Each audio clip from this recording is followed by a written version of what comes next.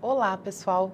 Estamos de volta com a nossa segunda aula do curso de Homem, Pensamento e Cultura, abordagem filosófica e antropológica para a Secretaria Escolar. Nessa aula, veremos linguagem, conceitos e elementos, linguagem e língua, que são coisas diferentes, a linguagem e a comunicação, o diálogo, a comunicação e a educação, e a escola, a comunicação e a cidadania. Como nos fazemos humanos na linguagem e nas práticas simbólicas? Vocês lembram, na nossa primeira aula, que eu disse para vocês que uma das coisas que nos fazia humanos, além da capacidade de criar, de desenvolver culturas, era a questão da linguagem? Pois então, a linguagem é uma característica essencialmente do ser humano. Ah, professora, mas os animais também têm uma certa linguagem. Os golfinhos emitem sons que eles conseguem se comunicar. Numa manada em perigo, o líder da manada consegue emitir um som para que os outros que estão atrás saibam que uma situação de perigo está por acontecer, certo? Mas, desde que os golfinhos são golfinhos, o som que eles emitem para uma situação de perigo é exatamente o mesmo. Nós, humanos, conseguimos emitir e produzir linguagens diferentes para as mesmas situações. Nós conseguimos nos comunicar de uma forma mais ampla e mais profunda. Haja vista a quantidade de idiomas diferentes que nós temos no mundo para significar as mesmas coisas. Esse livro, em pelo menos 10 países, tem um nome diferente.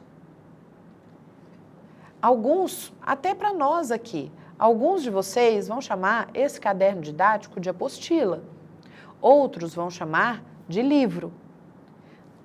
Todos eles vão significar a mesma coisa. Em outras línguas, o nome será outro, para exatamente o mesmo objeto.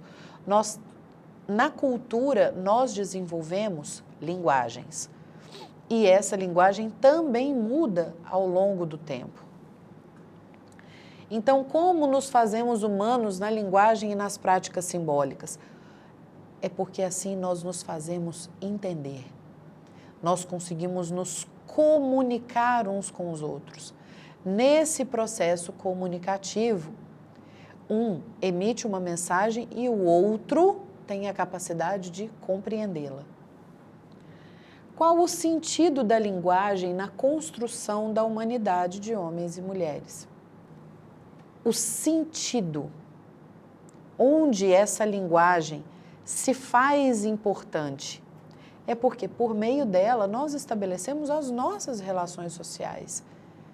Por meio dela a gente se comunica, a gente se agrega, a gente se afasta e assim nós vamos desenvolvendo formas, inclusive, de passar para outras gerações aquilo que num determinado tempo se pensava, se dizia e se acreditava.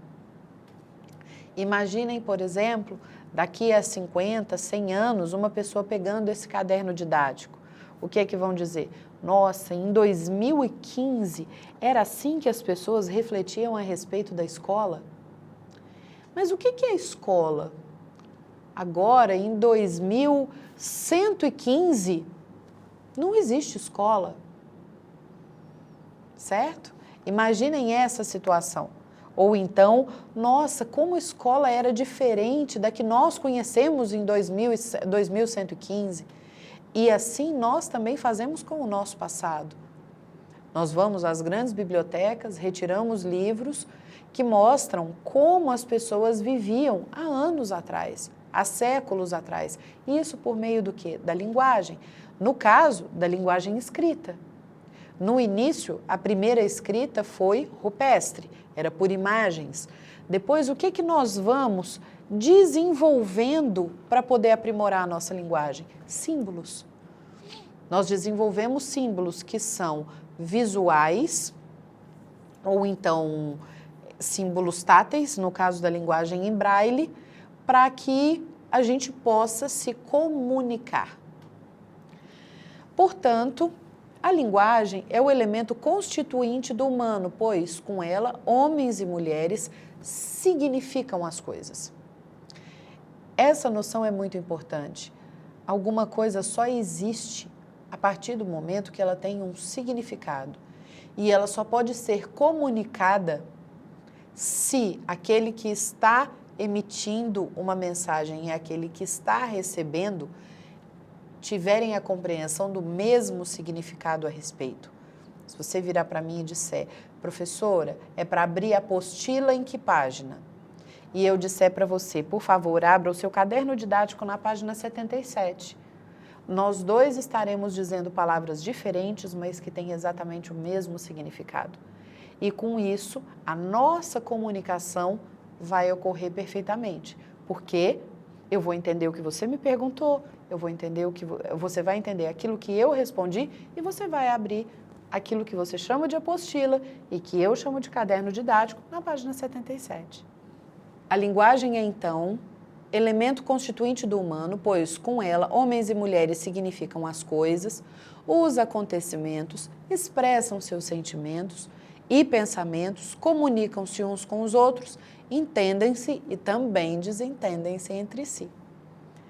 O ser humano se faz simbolicamente, isto é, um ser que cria e usa símbolos com os quais e pelos quais significa o mundo e comunica aos outros, criando então um ou diversos mundos simbólicos. Imagine que você está passando na rua por um conhecido, passando de longe, ele está de carro, você está a pé, e você quer dizer que precisa falar com ele, você não tem como gritar, ou então está um barulho muito grande, o que você vai fazer para ele? Você vai virar para ele e fazer assim. Ele vai te entender? Vai. Você utilizou um símbolo. Este sinal remete a um telefone. E isso aqui é um gesto que, depois, o que você pediu para ele? Depois me liga. O que ele vai fazer? Ele vai te telefonar, porque ele vai entender. Isso também é uma forma de linguagem. Portanto, vamos ao conceito de linguagem. A linguagem é um sistema simbólico, ou seja, um sistema composto por símbolos, um conjunto de signos que podem ser combinados e usados segundo regras. Este sistema simbólico é utilizado culturalmente e nos possibilita ter contato uns com os outros, e isso é uma das condições da vida sociocultural. Aí você vai dizer, professora, mas é linguagem escrita composta por símbolos? Sim, as letras são símbolos, os números são símbolos, a linguagem de sinais é composta por símbolos. Uma certa identidade visual é composta por símbolos. Se você chegar num sanitário e tiver desenhado um homenzinho, um bonequinho que não tem saias, e no outro bonequinho que tem saias, você vai saber se aquele sanitário é feminino ou masculino, sem ali estar escrito feminino ou masculino, certo? Portanto, as linguagens podem ser de dois tipos. Verbais, que são as línguas faladas e escritas em todo o mundo, várias delas, e as não verbais, que são a linguagem por sinais, por gestos, desenhos e cores. Aqui, alguns exemplos do que eu acabei de dizer. Aí você vai falar, professora, mas linguagem verbal escrita? Sim, a linguagem escrita é uma linguagem verbal. E, por gestos, cores e sinais, haja visto semáforos. Você sabe que tem que parar porque o sinal está vermelho, certo? Então, vamos aqui a um pequeno esquema do processo comunicativo. A gente tem um emissor, que é aquele que emite uma mensagem, certo? O meio, qual é o meio? Pode ser qualquer um desses aqui, a linguagem verbal ou a linguagem não verbal. A mensagem que ele quis transmitir e por esse mesmo meio um receptor vai receber essa mensagem. Quando a gente pode dizer que esses indivíduos efetivamente se comunicaram? Quando a mensagem foi compreendida efetivamente por aquele que a recebeu. Portanto, para que a comunicação se efetive, é necessário que o receptor compreenda a mensagem enviada pelo emissor. Neste sentido, o diálogo é fundamental. Por quê? O emissor emite uma mensagem para um receptor. Este receptor, ao receber essa mensagem, ele se torna um novo emissor. E assim sucessivamente. Esses papéis de emissor e receptor num diálogo, eles vão se alternando. Para quê? Para que as pessoas consigam se comunicar, consigam se entender. Eu não estou dizendo concordar, eu estou dizendo entender, certo? Elas podem discordar e ter entendido o que uma e outra quiseram dizer. Portanto, ao registrarmos em símbolos ou signos, os acontecimentos do mundo, nossos sentimentos, emoções e pensamentos podem tornar-se presentes para você mesmo e para os outros. Isso permite lembrar e pensar o passado. A linguagem nos permitiu ter contato com o passado, seja pela tradição escrita, por aquilo que é registrado nos livros, nas revistas, em toda a imprensa, seja por uma tradição oral, contando histórias, fatos que já aconteceram. Viver e pensar o presente, quando a gente reflete sobre aquilo que está acontecendo conosco atualmente, e imaginar o futuro. Por meio da linguagem, a gente consegue imaginar o futuro, projetar um futuro e assim a gente continua criando e produzindo mais cultura e mudando mais um pouco a visão de mundo, os valores e a própria noção de humano. Com a linguagem, instaura-se a historicidade do homem e com ela a humanização da natureza. Vamos então à noção de diálogo. Diálogo é a palavra compartilhada. Por que o diálogo? O diálogo é tão importante numa instituição educacional. A escola é o espaço onde o diálogo deve, por excelência, acontecer. O diálogo é a palavra compartilhada e, neste sentido, fundamental no processo comunicativo. É dialogando que é possível perceber as diferenças e negociar, disputar, compartilhar o sentido do mundo humano. Uma educação dialógica se afirma na base da interação, da interlocução, do diálogo e da argumentação. Por que uma educação dialógica? Porque ela não vai acontecer somente numa via.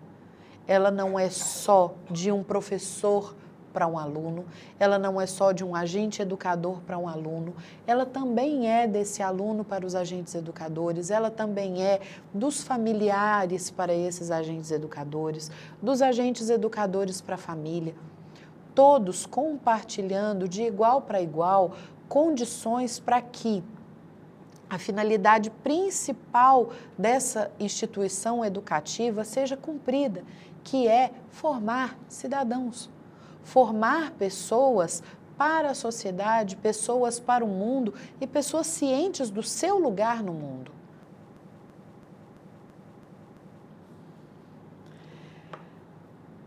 Eu selecionei um trechinho do Paulo Freire, que é considerado um dos maiores educadores brasileiros e um defensor bastante ferrenho dessa educação dialógica.